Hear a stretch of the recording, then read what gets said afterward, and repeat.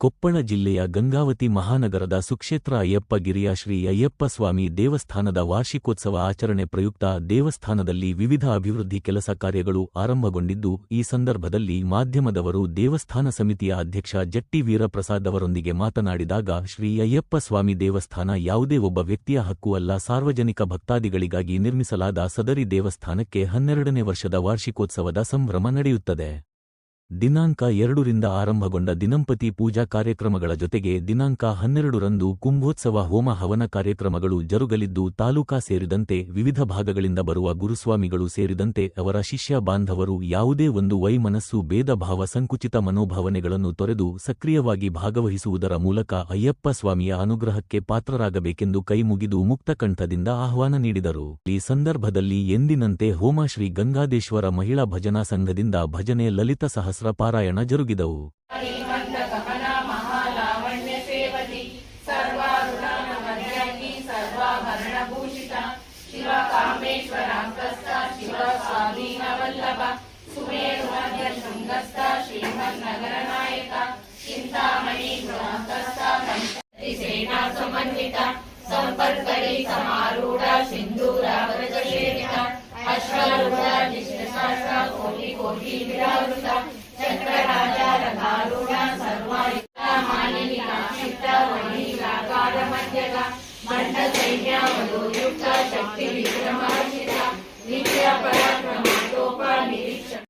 ವಾರ್ಷಿಕೋತ್ಸವದ ಹಿನ್ನೆಲೆಯಲ್ಲಿ 18 ಮೆಟ್ಟಿಲುಗಳಿಗೆ ಪಂಚಲೋಹದ ಕವಚ ಸಮರ್ಪಣೆಯ ಕಾರ್ಯ ಹಾಗೂ ಗುಡಿ ಗೋಪುರದ ಸುಣ್ಣ ಬಣ್ಣ ಹಚ್ಚುವ ಕೆಲಸ ಕಾರ್ಯಗಳು ಭರದಿಂದ ಸಾಗಿದವು.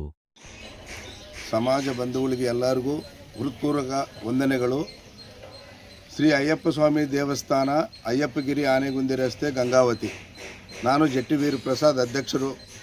ತಮ್ಮೆಲ್ಲರಿಗೂ ಮನವಿ ಮಾಡೋದೇನೆಂದರೆ, ಈಗಾಗಲೇ 2ನೇ ತಾರೀಕಿನಿಂದ ರುದ್ರಹೋಮ, ರುದ್ರಾಭಿಷೇಕ, ಇನ್ನು ಇತರ ಕಾರ್ಯಕ್ರಮಗಳು ಮತ್ತು ಪಾರಾಯಣ ಕಾರ್ಯಕ್ರಮ ಎಲ್ಲವೂ ನಡೆದಿದ್ದಾವೆ.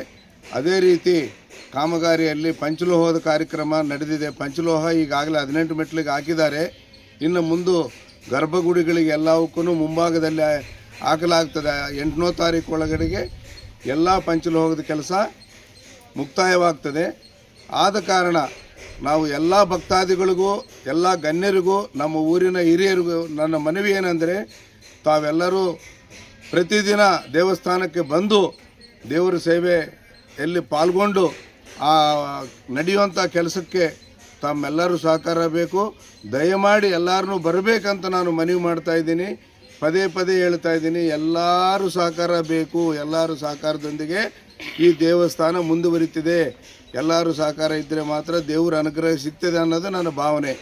ಆದ ಕಾರಣ ಗುರುಸ್ವಾಮಿಗಳಿಗೆ ನಾನು ಒಂದು ಮನವಿ ಮಾಡ್ತಾ ಇದ್ದೀನಿ. ಎಲ್ಲ ಗುರುಸ್ವಾಮಿಗಳಿಗೂ, ಈ ನಗರದಲ್ಲಿರುವಂಥ ಗುರುಸ್ವಾಮಿಗಳಾಗ್ಬೋದು, ಸುತ್ತಮುತ್ತಲಿನ ಗ್ರಾಮದ ಗುರುಸ್ವಾಮಿಗಳಾಗಿರ್ಬೋದು, ನಮ್ಮ ಗಂಗಾವತಿ ತಾಲೂಕು ಬಿಟ್ಟು ನಮ್ಮ ಸುತ್ತುಪಕ್ಕಲಿರುವಂಥ ಜಿಲ್ಲಾ, ಕೊಪ್ಪಳ ಜಿಲ್ಲೆ ಆಗಿರ್ಬೋದು, ಇವತ್ತು ರಾಯಚೂರು ಜಿಲ್ಲೆ ಆಗಿರ್ಬೋದು, ಬಳ್ಳಾರಿ ಜಿಲ್ಲೆ ಆಗಿರ್ಬೋದು, ವಿಜಯನಗರ ಜಿಲ್ಲೆ ಆಗಿರ್ಬೋದು, ಎಲ್ಲ ಗುರುಸ್ವಾಮಿಗಳಿಗೂ ಪಾದಾಭಿವಂದನೆಗಳು.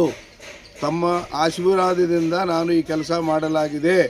ತಾವೆಲ್ಲರೂ ಬಂದು ಈ ಕಾರ್ಯಕ್ರಮವನ್ನು 12ನೇ ವರ್ಷದ ವಾರ್ಷಿಕೋತ್ಸವ ಸಂದರ್ಭದಲ್ಲಿ ಶ್ರೀ ಅಯ್ಯಪ್ಪ ಸ್ವಾಮಿಗೆ ಕುಂಭಾಭಿಷೇಕ ಮತ್ತು ನಾವು ಮಾಡತಕ್ಕಂಥ ಕೆಲಸ ಏನಾದರೆ ಪಂಚಲೋಹದ ಕವಚದ ಕೆಲಸ ಎಲ್ಲ ರಿಪೇರಿಗಳು ಮಾಡಿ ದೇವಸ್ಥಾನ ದಿವ್ಯ ಮಂದಿರವಾಗಿ ಕಾಣಬೇಕು ಅನ್ನೋ ಒಂದು ಉದ್ದೇಶದಿಂದ ಎಲ್ಲರೂ ಸಹಕಾರದಿಂದ ಈ ಪ್ರೇರಣೆ ಮಾಡಲಾಗಿದೆ.